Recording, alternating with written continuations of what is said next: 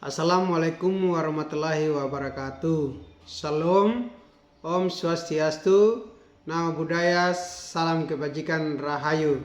Sahabat MPDR yang hebat, Ibu dosen yang saya hormati, berjumpa lagi dengan saya Melkianus Domopedi, NIM 501372587 dalam pemaparan saya untuk tugas 3 mata kuliah studi komparatif pendidikan dasar di berbagai negara, Universitas Terbuka, program Magister Pendidikan Dasar. Dalam tugas ini kita diberikan sebuah artikel yang berjudul Scoping Review of Research on School-Based Outdoor Education in the Nordic Countries. Jadi dalam artikel ini kita diberi tugas untuk kita menemukan hal-hal penting yang ada di dalam artikel tersebut. Jadi menurut pendapat saya ada beberapa hal-hal penting yang saya ambil. Yang pertama, tujuan dan cakupan penelitian. Yang kedua, metodologi yang digunakan. Yang ketiga, karakteristik penelitian. Yang keempat, latar belakang dan tujuan. Yang kelima, apa temuan-temuan utama dalam artikel tersebut. Yang terakhir adalah bagaimana implikasi dan rekomendasi. Ya. Saya mulai dari pertama, bagaimana tujuan dan cakupan penelitian. Dalam artikel ini merupakan survei peta literatur atau scoping review yang bertujuan untuk memahami jumlah, karakteristik, dan celah penelitian mengenai pendidikan luar ruang berbasis sekolah di negara-negara Nordik. Negara-negara Nordik itu yaitu Denmark, Finlandia, Islandia, Norwegia, dan Swedia untuk tingkat kelas 1 sampai 13. Yang kedua, bagaimana metodologinya? Metodologinya ini dia mengumpulkan sebanyak 586 artikel dan berbasis data ya di jurnal manual, jurnal Nordik. Terus juga setelah itu dia seleksi dan memilih 52 yang ia akan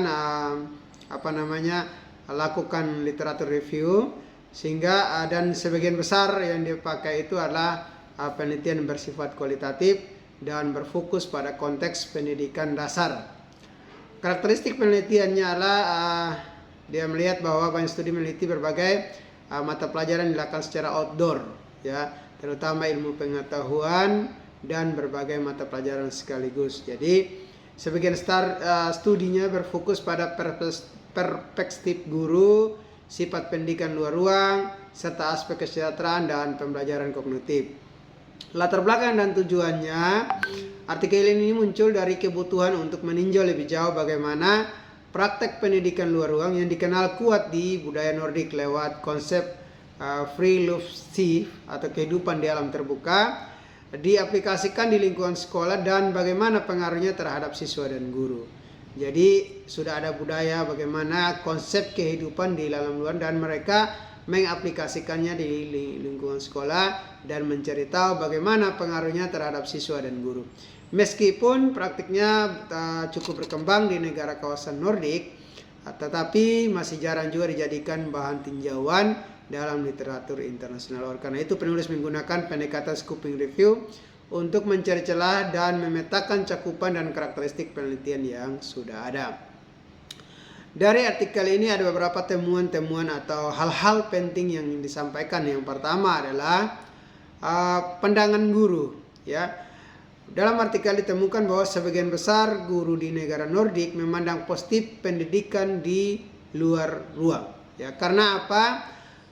Meningkatkan hubungan sosial antara guru dan siswa, menciptakan suasana belajar yang lebih menyenangkan dan partisipatif.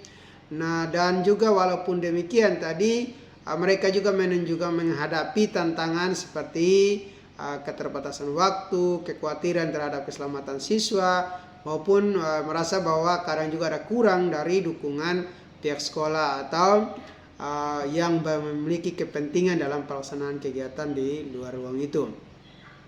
Yang kedua adalah karakter pendidikan luar. Jadi dalam konsep Andeskul yang umum di Denmark dan Swedia menggambarkan pembelajaran reguler di ruang kelas yang mengintegrasikan berbagai mata pelajaran dalam konteks nyata. Pembelajaran itu juga berfokus pada pengalaman langsung dan penguatan hubungan siswa dengan alam. Yang berikut adalah dia juga menyoroti kesejahteraan siswa. Dalam artikel menunjukkan bahwa kegiatan luar ruang meningkatkan aktivitas fisik dan kesehatan mental siswa, membantu pengembangan sosial terutama bagi siswa laki-laki dengan peningkatan interaksi positif dan pengurangan stres. Yang keempat adalah pembelajaran kognitif. Pendidikan di luar ruang juga dapat memperkuat pemahaman siswa terhadap konsep kognitif, terutama dalam matematika dan sains. Karena apa? Dia bersifat kontekstual dan berbasis pengalaman. Walaupun demikian, tentu hasilnya bervariasi, tergantung pada kualitas dan desain kegiatan yang dilakukan ataupun faktor eksternal lainnya. Yang kelima adalah adanya integrasi kegiatan indoor dan outdoor. Studi menunjukkan bahwa pembelajaran yang menggabungkan kegiatan kelas dengan kegiatan luar ruang secara terpadu dapat menghasilkan pemahaman yang lebih mendalam. Ya, ini menciptakan pendekatan yang berkesinambungan antara teori dan praktik. Yang keenam adalah digitalisasi dan pendidikan keberlanjutan. Ya, sumber daya digital ya seperti aplikasi mobile ya, dia mulai diintegrasikan meskipun sangat terbatas dalam penelitian yang ada. Pendidikan luar ruang juga dianggap efektif dalam menanamkan kesadaran lingkungan dan nilai-nilai keberlanjutan, terutama melalui praktek friluftsliv di Norwegia dan Swedia. Yang berikut adalah isu multikulturalisme. Friluftsliv atau sebagai bagian dari identitas budaya Nordik kini menghadapi tantangan akibat keberagaman budaya dan latar belakang sosial ekonomi siswa yang semakin kompleks. Hal ini berdampak pada akses dan pengalaman siswa dalam outdoor education dan membuka ruang penting untuk eksplorasi lebih lanjut dalam konteks multikultural. Yang kedelapan adalah keterbatasan studi. Artikel menyoroti bahwa banyak penelitian berfokus pada sekolah dasar dan menengah, namun masih sedikit pada pendidikan tinggi ataupun anak usia dini. Tidak semua studi yang direview dinilai dari kualitas metodologinya, sehingga hasilnya bersifat deskriptif dan belum bisa menjadi rekomendasi kebijakan final. Yang kesembilan adalah pendidikan untuk keberlanjutan. Melalui aktivitas luar ruang, siswa belajar memahami pentingnya menjaga lingkungan dan keberlanjutan. Di Norwegia, friluftsliv ini menjadi bagian dari pendidikan jasmani yang mengajarkan nilai-nilai keberlanjutan secara praktis. Bagaimana implikasi dan rekomendasi yang disampaikan dalam artikel tersebut adalah bahwa dibutuhkan dukungan institusional lebih besar bagi guru, terus juga pelatihan keterampilan dan manajemen risiko untuk kegiatan luar ruang. Terus pengembangan riset lebih lanjut terutama pada integrasi pembelajaran luar dan dalam ruangan dan penggunaan sumber daya digital.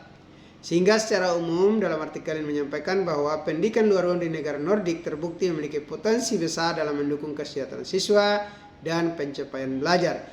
Dengan pendekatan yang menggabungkan tradisi budaya, kurikulum nasional, dan filosofi pendidikan yang menghargai alam. Dalam artikel atau penulis menegaskan bahwa praktik ini bisa menjadi inspirasi global asal ditunjang oleh kebijakan, pelatihan guru, dan penelitian lanjutan yang lebih memadai. Yang berikut saya masuk pada soal yang nomor 2, di mana implementasi pendidikan luar ruangan atau outdoor education di Indonesia secara umum maupun di SDN Mamaru secara khusus. Pendidikan luar ruang atau outdoor education pada dasarnya merupakan metode pembelajaran yang mengajak siswa untuk belajar di luar ruang kelas dengan memanfaatkan alam sekitar sebagai sumber dan media belajar. Dalam artikel yang saya sudah sampaikan tadi menekankan bahwa di negara Nordik ya pendekatan ini sudah menjadi bagian dari tradisi pendidikan dan terintegrasi dalam kurikulum secara rutin. Sementara kita di Indonesia meskipun ya penerapannya belum merata dan masih bersifat ya parsial, konsep pendidikan luar ruang mulai diterapkan di berbagai sekolah baik negeri maupun swasta, baik di daerah perkotaan maupun di daerah pedesaan. Penerapan outdoor education di Indonesia itu secara umum pendidikan di ruang Indonesia masih sering dijalankan sebagai kegiatan tambahan saja ya, belum terlalu bagian dari langsung integrasi gitu ya. Contoh belajar di kebun sekolah atau taman lingkungan, kegiatan observasi dalam pembelajaran sains contohnya, observasi alam ya, penelitian-penelitian sederhana, terus penelitian lapangan atau kunjungan edukatif ke tempat bersejarah atau alam ya, kegiatan outbound dan pramuka yang mengembangkan kerjasama dan kepemimpinan, namun integrasinya dalam kurikulum harian masih terbatas dan mungkin juga karena keterbatasan fasilitas, dana, kebijakan sekolah, dan mungkin guru-guru juga belum memahami atau mendapatkan mengerti tentang manfaat dari kegiatan pembelajaran outdoor itu sendiri. Berikut beberapa contoh sekolah yang telah menerapkan konsep outdoor education di Indonesia ya. Yang pertama adalah itu Sekolah Alam Indonesia. Ya, yang kedua adalah Sekolah Alam Cikies. Yang ketiga adalah SD Negeri 1 Bantul. Yang keempat itu SMP Negeri 2 Yogyakarta. Yang kelima itu SD Waringin Sari Lampung. Ya, ini sekolah-sekolah yang sudah menerapkan outdoor ya, secara langsung ya. Kalau Sekolah Alam Indonesia itu ada di beberapa kota di Jakarta, Depok, Bandung, dan Bekasi ya. Itu contoh-contoh sekolah yang sudah ada di Indonesia yang menerapkan outdoor ya. Kalau bagaimana implementasinya di sekolah saya ya, di SDN Momaru, tentu pertama itu ada kegiatan bagaimana observasi langsung tanaman dan serangga di sekitar lingkungan sekolah dan pembelajaran IPAS.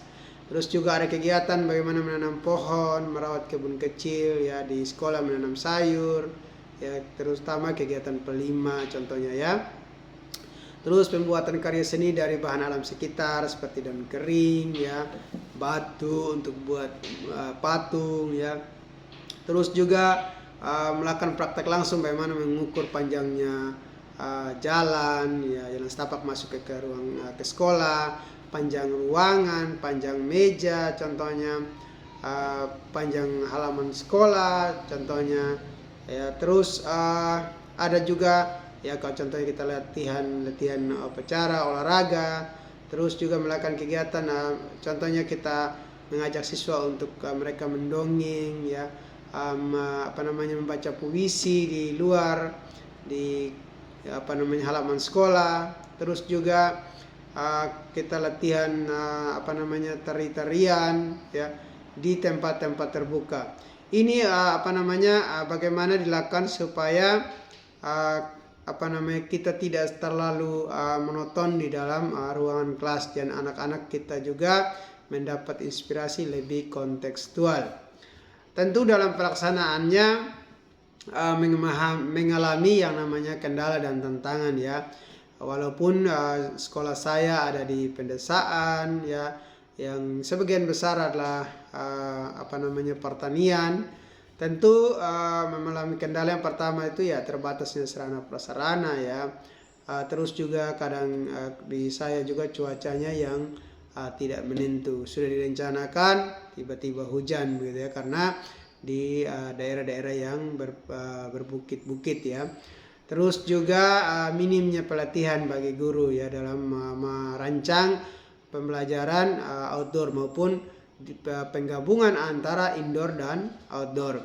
Terus juga keterbatasan waktu, kadang-kadang kita lebih banyak mengejar habisnya materi daripada pembelajaran yang bermakna. Itu kendala dan tantangan yang dihadapi.